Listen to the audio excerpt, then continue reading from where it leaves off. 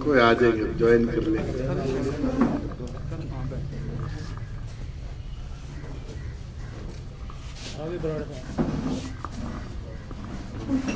देख लो, आपके लिए वेट करवा रखी थी सर ने। वैसे सर इसकी जरूरत नहीं मुझे लगता है। हाँ ये ज़्यादा मैं तो वैसे कर लूँ, इसको क्रैक कर रहा है जी। ये थोड़ा सा ना इको आ रही है। इसको हटा ही दो। तो बंद है।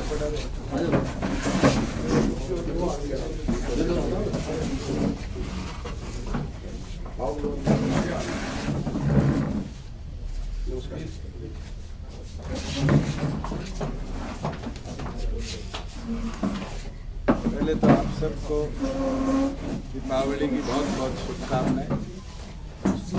और ये त्योहार आप सबके घर में खुशियाँ और समृद्धि लाने का काम करे। इस दीपावली पे दो ऐतिहासिक कदम लिए गए, जहाँ एक और पर 75% एम्प्लॉयमेंट ऑफ लोकल कैंडिडेट्स प्रदेश में भाई दूज के दिन लागू हुआ, वहीं दूसरी ओर पर हरियाणा प्रदेश में पेट्रोल और डीजल की कीमतों में 12 रुपए की कटौती करी। आज जहाँ एक और पर युवा को रोजगार देना हमारी सरकार का प्रथम लक्ष्य है, वहीं इस महंगाई के अंदर 12 रुपए की पेट्रोल और डीजल पर कटौती एक बहुत बड़ी निजात दिवाली के पावन पर्व पर आई। 75% एम्प्लॉयमेंट ऑफ लोकल कैंडिडेट्स प्रदेश के मेरे युवा बहन भाइयों के लिए एक लैंडमार्क आने वाले समय में साबित हो। एक्ट इन फोर्स है। तमाम अब जितनी प्राइवेट कंपनीज हैं, पार्टनरशिप कंपनीज हैं, जितनी हमारे यहाँ ट्रस्ट एंड सोसाइटीज हैं, इस एक्ट के माध्यम से तमाम लोगों को अब हरियाणा उद्यम मेमोरेंडम जो हमारा हम पोर्टल है उसके ऊपर 15 जनवरी तक अपनी तमाम एम्प्लॉयमेंट की डिटेल्स को अपडेट करना पड़ेगा। जब हमने हम पोर्टल बनाया था उस दिन से लेकर आज तक 16,000 के आसपास कंपनीज ने अपना डिटेल हम पोर्टल पर अपलोड करी है। इंडस्ट्री का भी हमारा सर्वे 4 बड़े शहरों के अंदर चल रहा है, इसको भी हम धीरे धीरे पूरे प्रदेश में लागू करने का काम करेंगे। और साथ में अब एक ट्रस्ट के साथ, इंडस्ट्री के साथ कोलैबोरेट कर HUM पे रजिस्ट्रेशन साथ की साथ करंट एम्प्लॉयमेंट की और इन फ्यूचर जो नए अवसर आएंगे उसकी भी हम अपलोड करवाने का काम करेंगे। कई साथियों के कंफ्यूजन थी, मैं आपको क्लियर कर दूं कि लगातार इंडस्ट्री के साथ स्टेट लेवल पर भी नेशनल लेवल पर भी हमने चर्चा करी और चर्चा करने के बाद 2 निर्णय लिए गए। पहला कि कोई नया स्टार्टअप है जो हमारे प्रदेश में लगेगा, उसके लिए 2 साल की एग्जेम्पशन इस एक्ट में हम देने का काम करेंगे कि वो अपने आप को एस्टेब्लिश कर पाए। कोई भी IT कंपनी नई लगेगी उसको भी एग्जेम्पशन का लाभ मिलेगा। उसके साथ हमारे जो सीमा 50,000 की थी, निरंतर इंडस्ट्री से भी और गवर्नमेंट के भी जो टेक्निकल जॉब्स हैं, जैसे जूनियर इंजीनियर का जॉब है, वो टेक्निकल जॉब के तौर पर माना जाता है, उसको देखते हुए, उसके पे ग्रेड को देखते हुए ये निर्णय लिया गया कि इस एक्ट की इन्फोर्समेंट के साथ साथ उस 50,000 की सैलरी सीमा को घटाकर 30,000 रुपये किया जाएगा। कई लोगों के ये डर है कि इसके अंदर ऑफिसर मॉनिटरिंग कौन करेगा। एक्ट में क्लियरली मार्क्ड है कि इस एक्ट के अंदर जो भी इंडस्ट्री आएगी उसकी मॉनिटरिंग क्लास 1 अफसर से ऊपर का और डिस्ट्रिक्ट लेवल पर डिप्टी कमिश्नर इसकी अथॉरिटी होगी। और अगर डिप्टी कमिश्नर के ऑर्डर के विरुद्ध किसी ने भी अपील करनी है तो स्टेट लेवल पर लेवल कमिश्नर इसकी रिव्यूइंग अथॉरिटी होगी। एक्ट में क्लैरिफाई किया गया है कि कोई भी ऐसी अपील है, कोई भी किसी इंडस्ट्री को ऐसा लगता है कि ऑर्डर एडवर्स है, तो 15 दिन के अंदर अंदर रिव्यूइंग अथॉरिटी को अपना फैसला इस एक्ट के अंदर देना पड़ेगा। कमिश्नर, रेंज कमिश्नर के पास, लेबर कमिश्नर, स्टेट लेवल। मैं आपको एक चीज और बताना चाहूंगा कि इस एक्ट के अंदर कोई भी व्यक्ति अगर अपने आप को रजिस्टर करता है और रजिस्टर करने के बाद उसको एम्प्लॉयमेंट उस स्किल लेवल की हम नहीं दे सकते, तो बड़ा क्लियरली डिमार्केटेड है कि 1 साल तक की एग्जेम्पशन टेक्निकल और स्किल्ड जॉब के लिए डिपार्टमेंट डिस्ट्रिक्ट लेवल पर डिप्टी कमिश्नर के अप्रूवल के साथ साथ दे सकता है। कोई भी ऐसी एग्जेम्पशन दी जाएगी वो एग्जेम्पशन 1 साल तक के लिए वैलिड होगी। मैं आपको एक चीज और बताना चाहूँ कि कोई भी छोटा रोजगार है वो इस एक्ट के अंदर एग्जेम्प्टेड है। कृषि से जुड़े जितने कार्य हैं वो इस एक्ट के अंदर एग्जेम्प्टेड है। और समय समय पर जब भी कोई इस तरह की ऑब्जेक्शंस आएंगी उसको हम टाइम टू टाइम क्लैरिफाई करते रहें। डेजिग्नेटेड टीम इसकी मॉनिटरिंग की बनाई जाएगी जो डे टू डे मॉनिटरिंग कर किसी भी एम्प्लॉयर के लिए अगर कहीं कोई दुविधा आती है, कोई अड़चन आती है, तो समय समय पर उसको क्लैरिफाई करने का काम करे।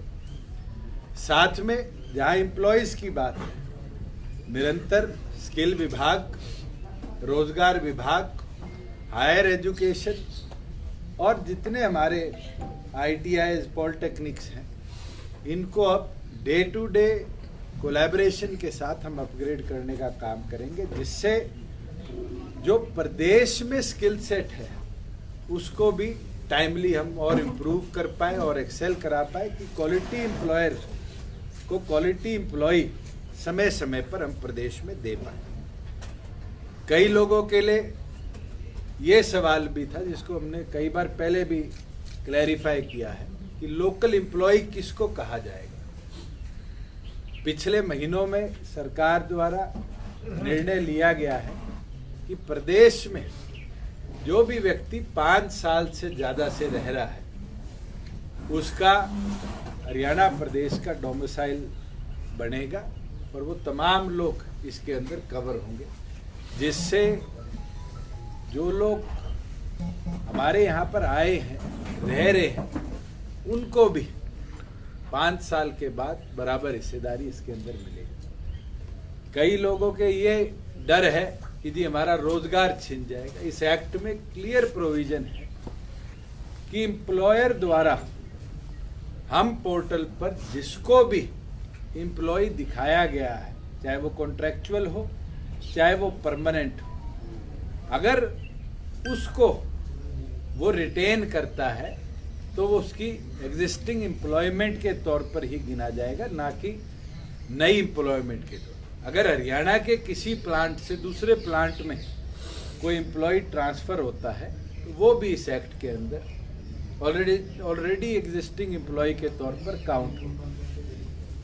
मैं एक चीज विश्वास के साथ कहना चाहूंगा कि निरंतर जितने हमारे बड़े चेंबर्स हैं, फेडरेशंस हैं, उनसे भी हमारी चर्चा हुई है। जितनी इंडस्ट्रीज है डिस्ट्रिक्ट वाइज उनसे भी चर्चा हुई है।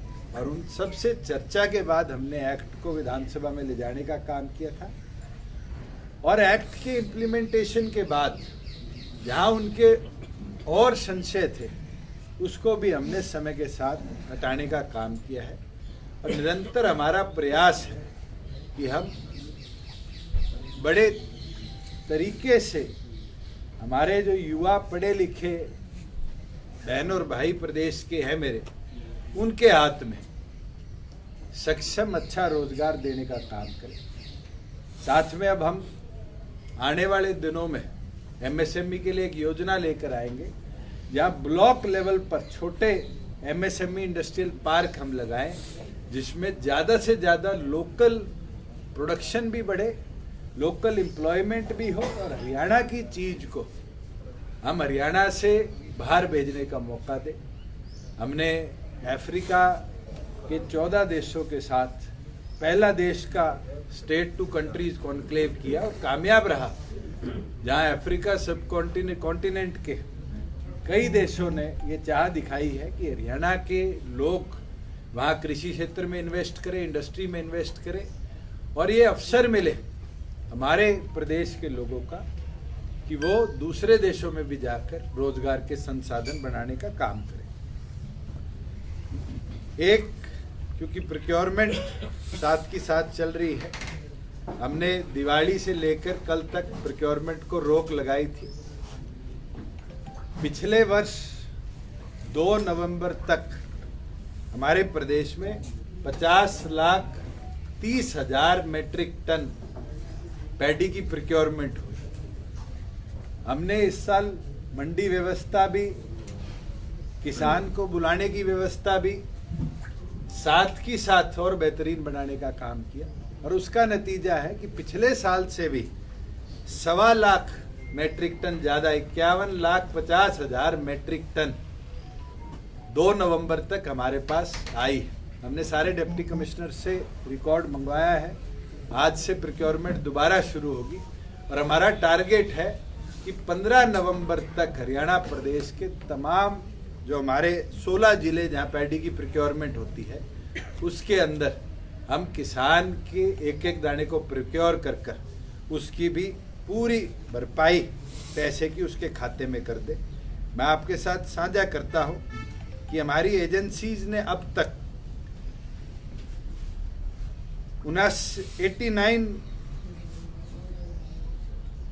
8,900 करोड़ रुपया पैडी का किसानों के खाते में ट्रांसफर करने का काम किया है और साथ में भावांतर भरपाई योजना में जो इस बार किसानों को हमने 600 रुपए प्रति कुंटल बाजरे के देने का काम किया। लगभग तमाम किसानों के खाते में डीबीटी कर 394 करोड़ रुपया हमने किसानों के खाते में ट्रांसफर करने का काम किया है और ये पहली बार हुआ है कि किसान का अगर आई फॉर्म 3 बजे के पहले कटा तो 5 बजे तक उसके खाते में भी हमने पैसा पहुंचवाने का काम किया और प्रदेश भर के अंदर इसका बेहद लाभ हमारे फार्मर्स को मिला है। इस वर्ष बेमौसम बारिश के कारण कई जगहों पर फसलों का नुकसान हुआ है और पिछले दिनों भी जो अन सीजन रेनफॉल हुई उससे सरसों की भी जहां बिजाई हुई उसके अंदर भी नुकसान हुआ। प्रदेश में 2015 में मुआवजा राशि का रिव्यू किया गया था, जहां पहले मुआवजा 3500 रुपये था और 4,000 रुपये था। पैडी का, वीट का, कॉटन का, शुगर केन का तो 4,000 था और सारी क्रॉप्स का 3500 था। इसको 2015 में रिवाइज किया गया और 3 कैटेगरीज के अंदर बनाया गया, 25 से 50, 50 से 75 और 75% से ज़्यादा नुकसान। और हाईएस्ट राशि जो मिलती थी वो पैडी, कॉटन, शुगर केन की 12,000 थी और सरसों, बाजरा, अदर क्रॉप्स की 10,000 रुपये प्रति एकड़ थी। निरंतर फील्ड के अंदर भी किसानों की मांग है कि इस राशि को बढ़ाया जाए और इसके लिए आज हम 3 सदस्यीय कमेटी दोबारा बनाएंगे।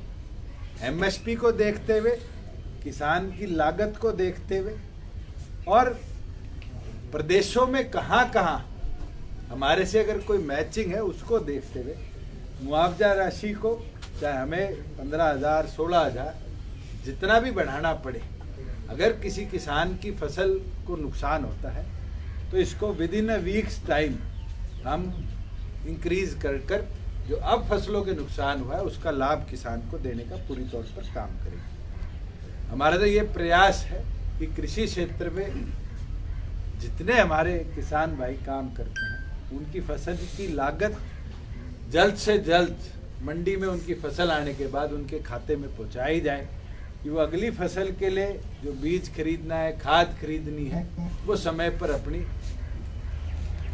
खरीद कर अपनी बिजाई को शुरू कर पाए कि जो हमारी एग्रीकल्चर जीडीपी है प्रदेश के अंदर वो इम्पैक्ट ना हो, वो इंक्रीज हो। अब कोई आपके सवाल?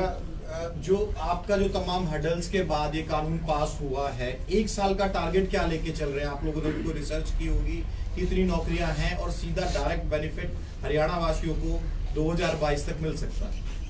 मैं तो इतना बोल सकता हूं कि हमारा टारगेट ये है कि अगर प्रदेश के अंदर 10 लाख नए रोजगार आते हैं तो 7,50,000 रोजगार जो हमारे 30,000 की सैलरी से नीचे के हैं वो प्रदेश के लोकल कैंडिडेट्स को मिले।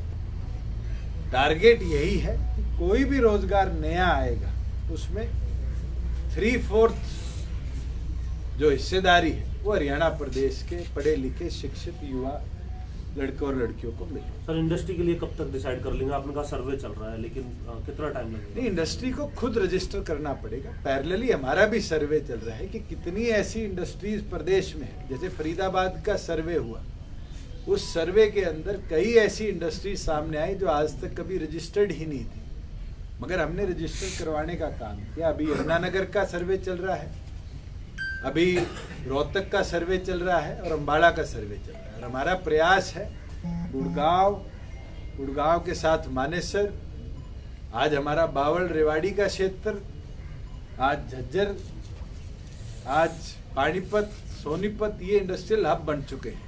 इनका भी जल्द से जल्द हम सर्वे कराएं। मगर हम पोर्टल 1 वर्ष पहले पूरे प्रदेश की तमाम इंडस्ट्री के लिए हमने खोल दिया था और उसके अंदर भी इंडिपेंडेंटली 16,000 से ऊपर इंडस्ट्री ने अपने आप को रजिस्टर कराने का काम किया। भूषण जी, आपने कई बदलाव किए। एक ये जिला वाइज क्या रहेगा? पहले आपने कहा था कि एक जिले से 10 जो कर्मचारी हैं वही रखे जा सकेंगे, और दूसरा सवाल इससे जुड़ा हुआ, जो आय सीमा आपने घटा दी 50 से 30,000, इससे तो फिर बहुत सारे जो जॉब अपॉर्चुनिटी थी वो चले जाएंगे, क्योंकि ये तो पहली चीज किसी एम्प्लॉयर के ऊपर ये दबाव नहीं है कि आपने एक जिले के ही सारे 75% एम्प्लॉयज लेने हैं। हमने एम्प्लॉयर पे छोड़ा है कि अगर वो रिस्ट्रिक्ट करना चाहे तो वो किसी भी डिस्ट्रिक्ट के अगर युवा ज्यादा अप्लाई करते हैं तो वो उनको 10% पे अपनी इच्छा से रिस्ट्रिक्ट कर सकता है। कम से कम 10% तो लेना ही पड़ेगा अगर एप्लीकेंट्स हैं।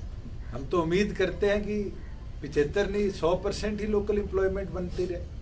हम अपने युवा साथियों को उस लेवल पर स्किल कर पाए कि वो जाकर प्रत्येक रोजगार में अपनी हिस्सेदारी सुनिश्चित कर पाए। मगर पिछले वर्षों में एक ऐसी ग्लास सीलिंग हमने देखी है, चाहे वो हीरो होंडा के अंदर 2008 में जो तोड़फोड़ हुई थी, चाहे मारुति के अंदर 2009 में जो घटना हुई थी, कि बड़ी कंपनीज ने धीरे धीरे कर एक ग्लास सीलिंग अंग्रेजी में कहते हैं, पर्दा लगा दिया था कि एप्लीकेंट कुछ भी लेकर किसी क्वालिफिकेशन को भी लेकर आए, अगर वो लोकल था तो कहीं ना कहीं उस पर प्रतिबंध था। इससे वो अपॉर्चुनिटी पढ़े लिखे युवा को मिलेगी कि वो जाकर अपनी हिस्सेदारी को सुनिश्चित कर पाए। सर एक लागू सैलरी सीमा क्योंकि टेक्निकल जॉब हरियाणा प्रदेश के जूनियर इंजीनियर का जो है वो 31,000 उसकी ग्रॉस सैलरी है अगर वो फर्स्ट टाइम एम्प्लॉय होता है।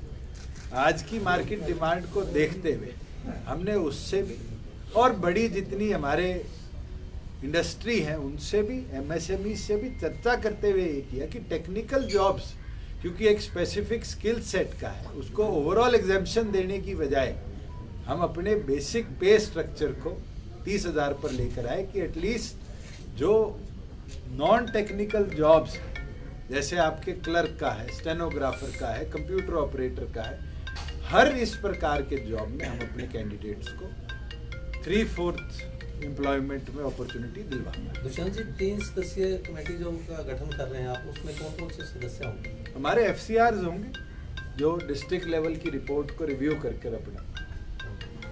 सर, मिनिमम टू मैक्सिमम क्या हो सकता है? लेबर कमिश्नर को तो 15 दिन में देना ही है रिव्यू, लेकिन एक्ट कानून के अनुसार 45 दिन के अंदर अंदर एम्प्लॉई या एम्प्लॉयर कोई भी अपील डालता है, वो डिस्ट्रिक्ट लेवल पर भी और स्टेट लेवल पर भी उस पर निर्णय हो।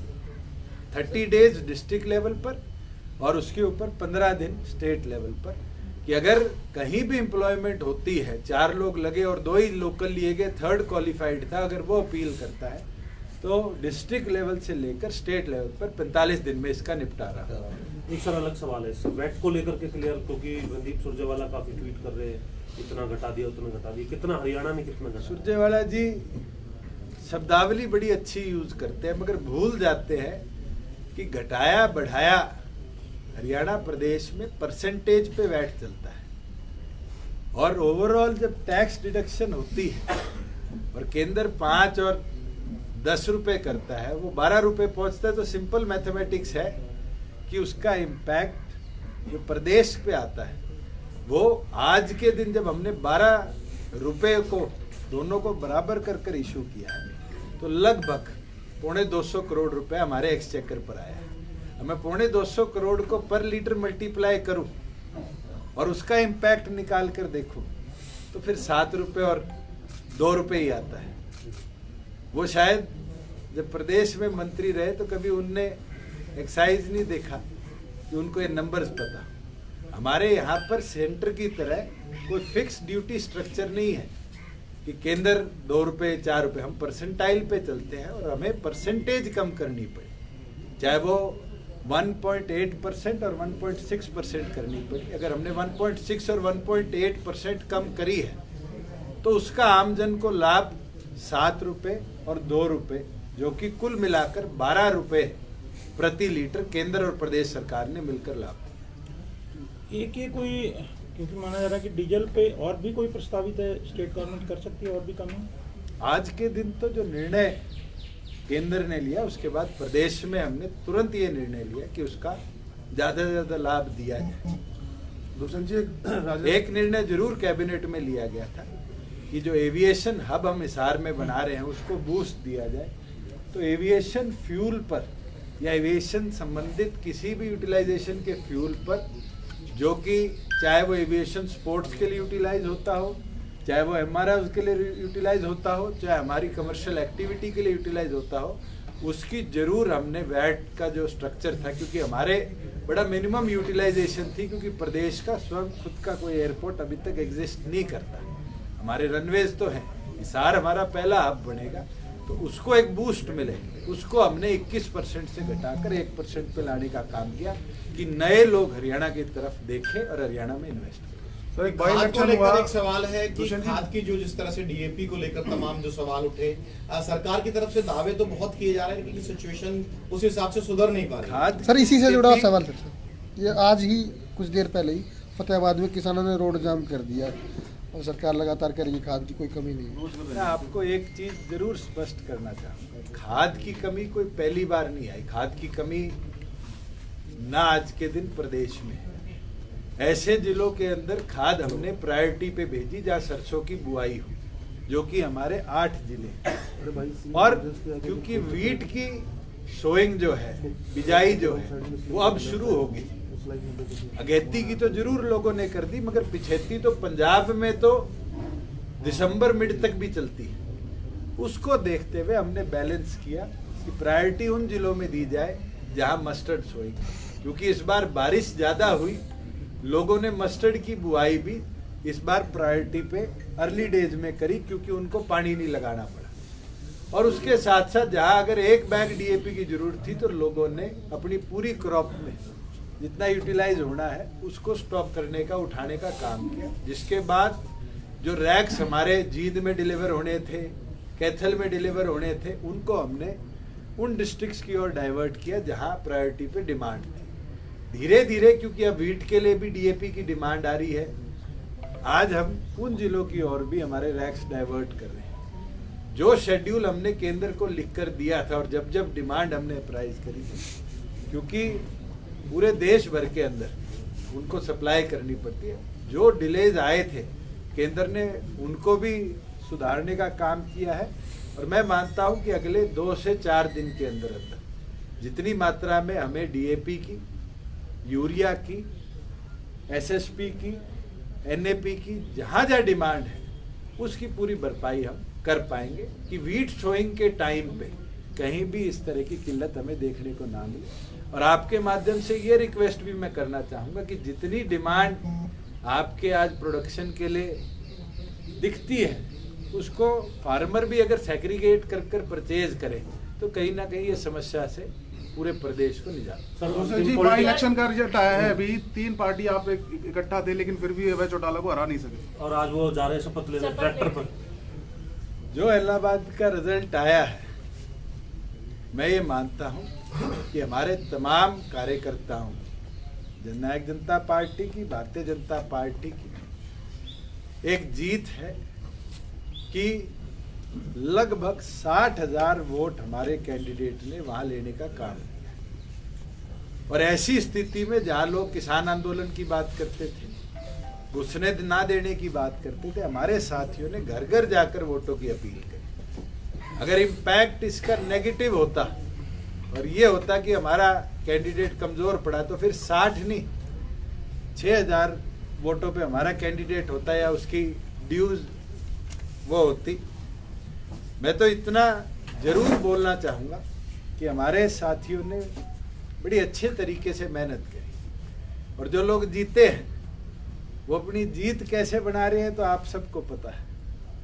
मैं जाऊंगा नहीं, 30,000 से जीतूंगा, इस तरह के दावे करने वाले व्यक्ति को 12,000 वोटों की जीत जनरल इलेक्शन में मिली और बाई इलेक्शन में वो जीत 6500-6700 तक पहुंची। इसका मतलब तमाम साथियों ने जो जोर लगाया उसका नतीजा है कि हम उस मार्जिन को घटा पाए।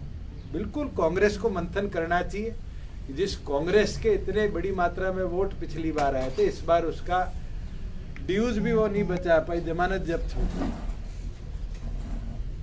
मैं तो जरूर इतना बोल सकता हूँ, ये कार्यकर्ताओं की मेहनत थी, इसका नतीजा इतना पॉजिटिव इलाहाबाद के अंदर। सर बार-बार वो ये कह रहे हैं कि टिकरी बॉर्डर जाएंगे, सिंघू बॉर्डर जाएंगे, किसानों ने दोबारा कहा तो दोबारा इस्तीफा दे देंगे। तो इस्तीफा मजाक बना लिया। आज के दिन चुनाव लड़ना, चुनाव जीतना एक रिस्पॉन्सिबिलिटी है हर उस सिटीजन के लिए जो उस कॉन्स्टिट्यूएंसी का वोटर है। और कहीं ना कहीं इस तरह की बात करनी ये अपने आप में दर्शाता है, जो मैं आज से नहीं 3 साल से कह रहा हूं कि वो एक नॉन सीरियस पॉलिटिशियन है। आपने तारीफ तो की अपनी वोटिंग को लेकर, लेकिन इसका दूसरा पक्ष राजनीतिक तौर पर देखा जाए तो सरकार थी, जेजेपी थी और हलोपा भी उसके साथ थी, रणजीत सिंह चौटाला जी भी उसके साथ थे। उसके बावजूद भी किला तो अभेद रहा। गढ़ किले कमजोर तो हुए। आप तो कह रहे हैं अभेद रहा, मगर 12,000 से 6,500 पे आ गए। और ये तो समय की बात है, तो 6,500 भी गिरने का काम करे। सर गठबंधन सरकार को कमेटी बनाई है, ये जो अभी फसल जिनकी आप गिरदावरी करवा रहे थे, जिनकी 15 इसका सारे का रिव्यू करेगी और अपनी रिपोर्ट 1 हफ्ते में देगी। एक सर किलोई में बंधक बनाए थे भारतीय जनता पार्टी। देखिए, जिस तरह का घटनाक्रम प्रदेश भर में चल रहा है, मैं तो इतना बोल सकता हूँ कि अब युवा को समझना पड़ेगा, देखना पड़ेगा कि उनके भविष्य पे कैसे इस तरह की गतिविधियों से रोक लगे। आज डेवलपमेंट वर्क्स रुक जाते हैं, सरकार की अनाउंसमेंट्स तो नहीं रुकती, सरकार तो अपना काम कर रही है, मगर कहीं ना कहीं जो आज युवा पढ़ा लिखा है वो पिछले 1 वर्ष से इस तरह की गतिविधि में है, और जिसका नुकसान डायरेक्टली उन्हीं को हो रहा है। 1 साल में तो हम उनके लिए कितनी जॉब अपॉर्चुनिटीज बनाकर बैठे।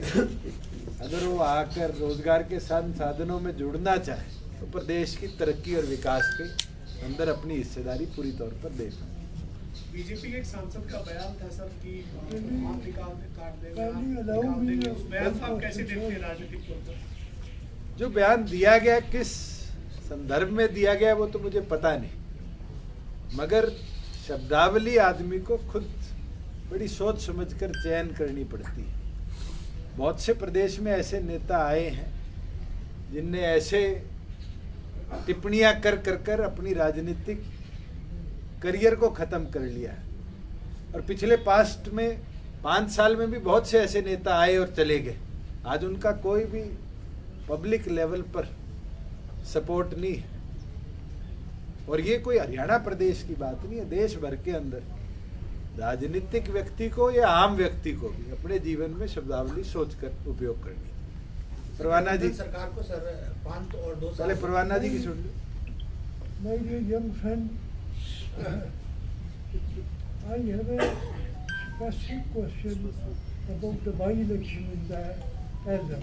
जी, मेरा क्वेश्चन ये है कि भले ही इन्होंने बाई-इलेक्शन जीत लिया, उनकी जीत कम हुई, लेकिन जनरल इम्प्रेशन ये है कि बीजेपी और जेजेपी गठजोड़ की तरफ से किसी न किसी शक्ल में कुछ लोगों ने इन्हों की मदद की है, जिसके नतीजे के तौर पर वो चुनाव जीत कर है। Kindly tell us what is your party's position my dear sir? Parwana ji, चुनाव इनेलो जीती हो, दिल तो हमारे साथियों ने जीतने का काम किया है, जिस तरह की मेहनत करी। और जहां आप इस तरह की बात कह रहे हैं कि किसी ने मदद करी, किसने साथ दिया, मैं तो पूरी तौर पे इसको खारिज करता हूँ। हमारे एक एक साथी ने दिन रात एक कर मेहनत करी और आज उसका नतीजा है कि जिस सीट पर पिछली बार 45,000 वोट आए थे, इस बार वो 60,000 टच हुए।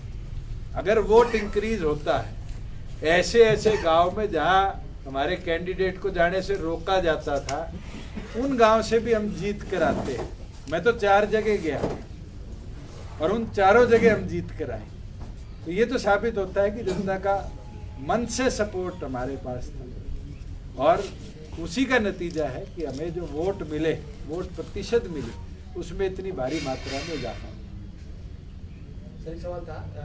2 साल आपकी सरकार के हो गए, वो 5 साल जो उन्होंने पिछले बिताए वो 7 साल मिलकर सेलिब्रेट कर रहे हैं। उनके कार्यकर्ता लोगों घर जा रहे हैं। क्या जननायक जनता पार्टी भी अपना कोई कार्यक्रम बना रही है? बिल्कुल, हमारा स्थापना दिवस 9 दिसंबर का है और पार्टी के भी 3 साल होने के उपलक्ष्य में ये पिछली स्टेट बॉडी की बैठक में निर्णय लिया गया था, झज्जर के अंदर पार्टी का स्थापना दिवस हम बढ़ाएंगे। और इस दौरान अगले 1 माह में, क्योंकि आज से लेकर 1 माह बाद 9 दिसंबर है, 1 माह के अंदर घर घर जाकर कार्यकर्ताओं को जहाँ निमंत्रण देंगे, वहीं संगठन और सरकार में जितने लाभकारी फैसले आम जन के लिए लिए हैं, उसका भी पूरी तौर पर प्रचार हमारे कार्यकर्ता करें। अब